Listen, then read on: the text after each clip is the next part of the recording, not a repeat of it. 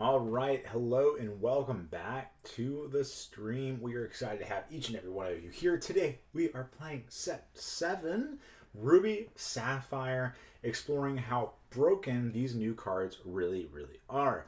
And so, that being said, the first thing that we're going to do is we're going to go over the deck tech. I know you guys are excited to see it. We've got it right here hanging out. We're using some paper proxies, so hopefully our opponents don't mind that too much. But I want to go over it. We've played a couple of games before, and I want you guys to be able to see some of the things that we've learned already before we dive into it, some of the deck considerations, and some of the game strategies kind of going forward. So without further ado, we're going to go ahead, we're going to jump over here, and we're going to take a look at this deck, okay? So this is the deck. We are playing 60 cards. A total, we have 11 non-inkables and then 49 inkables. So our ink to uninkable ratio is pretty good, I would say. You know, you're not going to have too many brick hands. We're going to start with the creatures. We're playing 27 characters total. We're playing 2 copies of the Shisu. We are playing 3 copies of the big Shisu, the Shisu target. Of course, we are playing the new item that allows you, whenever you ink, to make something small. So it makes Shisu just a little bit better as a 3-cost uninkable 1/1 body. We are playing 4 copies of Bell. I don't know if you guys know what Bell does, but Bell says, during your turn, you may banish an item of yours to play this character for free. It is a 3/3 body that quests for 1. Anything that says the word free is good. We like free. Free is great. And it synergizes well with the deck. Cards in your discard, so your Tamatoa come back and bring it back, is fantastic. We love that synergy. We are playing 3 copies of Maurice. Now, not a lot of people know what Maurice does, so we're going to pull it up here. It says, when you play this character, you may banish an item of yours to draw a card. So it kind of replaces Grandma Tala by itself. It has better, I'd argue, much better stat lines than Grandma in the sense that it's a 5/2, so even a half shark would have to trade with it to be able to kill it. But if you banished an item named Maurice's Machine, you also get to banish a character with 2 strength or less. Of course, we are playing Maurice's Machine because we're here for max gimmick today. And so hopefully we'll proc both effects. But even if not, it's just a 4-cost, draw you a card, 5/2, the quest for 1. Not too bad in terms of stat line. It does die as Strength of Raging Fire or Storm Rage on.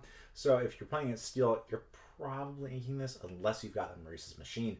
We're playing 4 copies of Hiram. It's going to be your draw engine primarily. 3 copies of Scrooge McDuck. You may exert 4 items to play this character for free. And on play, look at the top 4, you can put an item to your hand. Very rarely do you proc the first ability of this card in this particular variant of the deck. It mostly functions more like the 2-cost, is it a Pelican? Is that it's from Ariel? On play, I think it's a 1/4. You look through your top 4 cards, put an item to your hand with the rest of the bottom.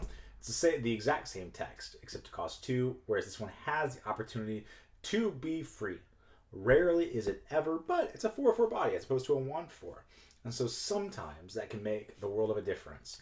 These 2 cards being so well statted for their cost, especially if you're ramping into them, makes it so hard to answer. Of course, if they're playing their Sapphire Chromacon, or Sapphire, what is it called? Coil, it can still shrink them down enough to the point they can be brawled, but at the same time, they're still good cards. We're playing 3 copies of Shisu because we're playing Sapphire Coil, and this is a way to board wipe our opponent without board wiping ourselves. 2 copies of Big Tamatoa, and then 2 copies of Bell, because we are playing the other Bells.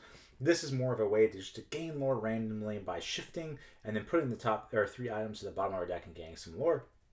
Its shift cost can also greatly be reduced by the items that you have in your bin, not on board, so your discard synergies work pretty good. 4 copies of Sail the Azurite Seas. We're not playing any Tipo, in case you didn't catch on to that. We were at one point in this deck list, but we did change it. 4 copies of Sail, because we want to be able to ink and then play an item immediately after. 4 copies of Vision, so we have that card selection. 3 copies of Brawl. 2 copies of B-Prep. 2 copies of One Jump Ahead as our ramp. And real quick, timeout. In terms of this card, one of the things I've learned is that your ramp function as pseudo removal or like a 2-part combo for the removal. You don't want to just slam down ramp randomly unless you know that your hand needs to get 4 ink quickly on turn 2. And the big reason why is because of the Sapphire Coil.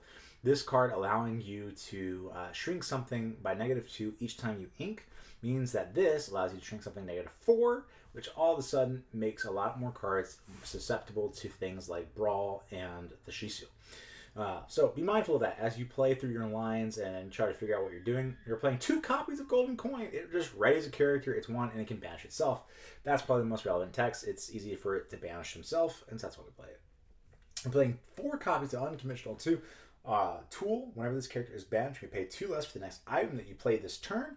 So the idea is you play this, you hire him, you banish this, you play the Popsicle, or you play the Sapphire Coil, or whatever other item it is that you want to play, and continue to pop off from there.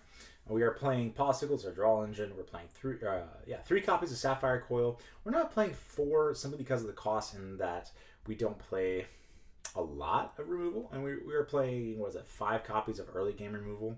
So we're only playing 3 copies. We're playing 3 copies of Maurice's Machine. What a weird card this guy is, huh? We got, when you banish, or when this item is banished, you may return an item that costs 2 or less from your discard to your hand. Seems pretty weird, but it does come with the Maurice that we're playing, so we are playing some of that to hopefully proc the Brawl effect off of it. But also it does return something when it is banished, so hopefully we can make it do what it's supposed to on the deck. And I'm playing 2 copies of Lucky Dime. Honestly, might change that to 3 because of how good this card is in combination with Tamatoa, which lets you play an item for free whenever this card quests. It says it's $45 right now. Honestly, it's probably pretty fair. This is going to be the most expensive card in the set, and people are going to be playing 4 copies of it. Holy cow, this card is bananas. So anyways, that is the deck that we're playing today. So let us dive into some games. All right, we're going to be playing on Pixel Form, so we are going to be playing against people who are playing exclusively set 6 cards for the most part, but hopefully they're pretty chill and allow us to play some Lorcana with them. So without further ado, let's hit ranked and let's get into it. And while we do or wait for the next game, what are you guys most excited to see? How is... Oh, no. Crap. I've got the curse of the screen. I have to fix this. It's my webcam. Let me disconnect and reconnect, all right? Okay. I'll be right back, I promise. Sure. All right.